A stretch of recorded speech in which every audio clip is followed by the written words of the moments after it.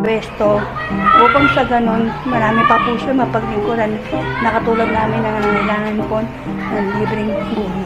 Gusto po ng lakas ng baraso, ng talino sa dental mission na ito. Kayo po magpala, Panginoon, sa mga taong ginamit po ninyo, ang anuman pong tagumpay na aming mararanasan. Sa iyo po namin ito itinataas. Ikaw po nagbibigay ng talino, ng talento, ng puso na maglingkod sa aming kapwa. Ito ang aming dalangin sa pangalan ni Jesus. Ang lahat ay magsabi ng Amen. Okay, thank you. Ito na. Yung permanent niya sa left, ito. Nakalabas na. Yung permanent sa right, hindi pa lumalabas. Permanent tooth. So, kasi meron pang baby tooth. Ito, bunutin na natin. Sorry na ka. Kaya natin.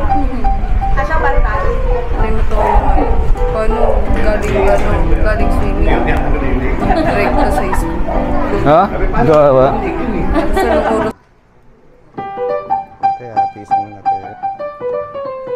Ito na pa. Salamin. Nakakahiya. Sana nagtapos. Pag hindi nakapag-aral, nakakahiya. Okay, te. Ito sa dulo. Kabitayin niya yan si ate.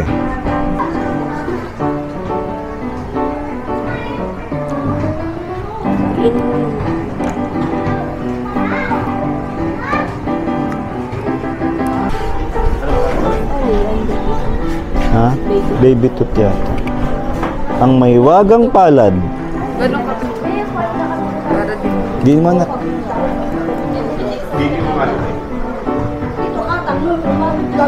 Open na.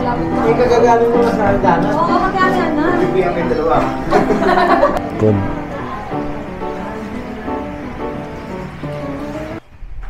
Upo ka dyan. Upo ka muna.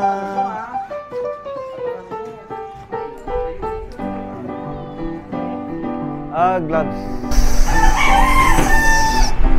Takot ka pa din, ate? Natatakot ka pa din?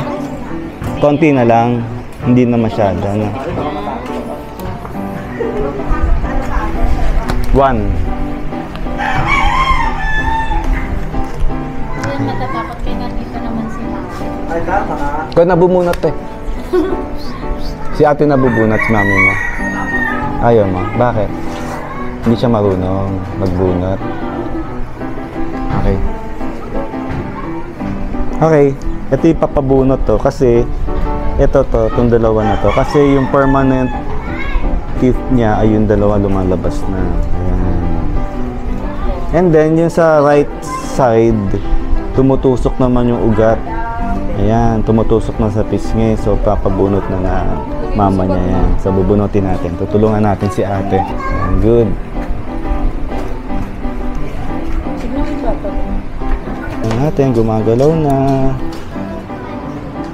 Sa'yo. Ay, maganda. Sa'yo. Nakabukas pa.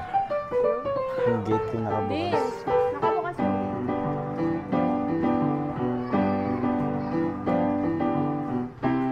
Yung nakabukas yung Nga mo pa? Malaki. Hindi. Buwan.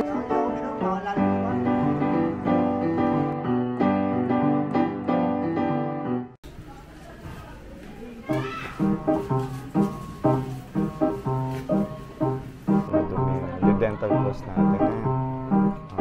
Open ka. Yung mga pagitan madumi. Floss natin. Kasi pag ayan o, madumi siya.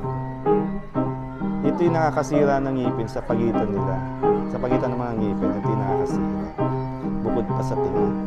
Yung tinga na, halimbawa, chicken o kaya beef na nasingit sa pagitan ng ngipin. Sakit eh.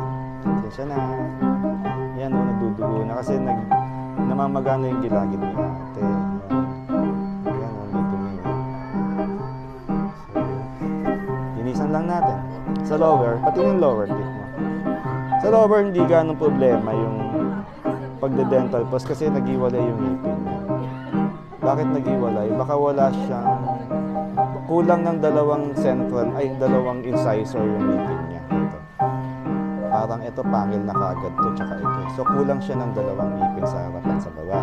So mangyayari, mag-spacing talaga yan. Pero ito, harap ka sa kaliwa. Ito, linisan muna natin.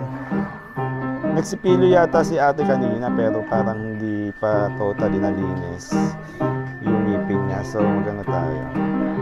Konting linis tayo.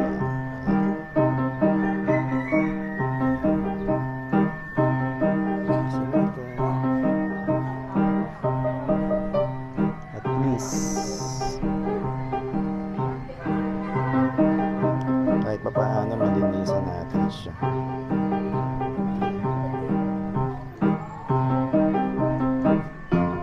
Explorer ka dyan.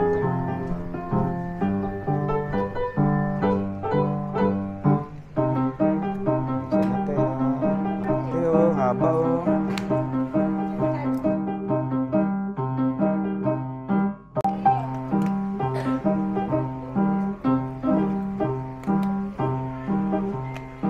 Ano BP ni ate? Sabi ko kasi yung napapanood niya sa YouTube, mabait naman yan si Oo, di ba? Napapanood mo ako sa YouTube? YouTube talaga, sa Facebook? YouTube siya. Oh, napapanood mo ako sa YouTube? Mapapanood mo yung sarili mo doon. Oo, popost ka namin doon. Post ka doon. Anong ngipin, te?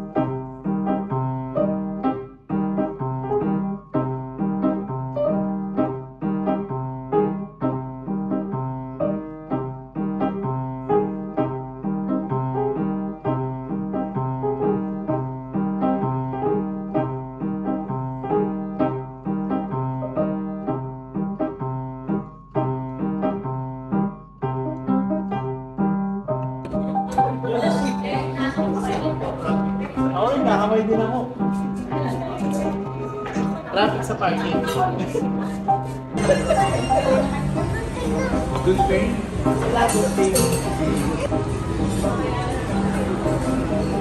Naman na. Hindi na siya. Hindi nakita kasi yung mga ganyan sabi niyo.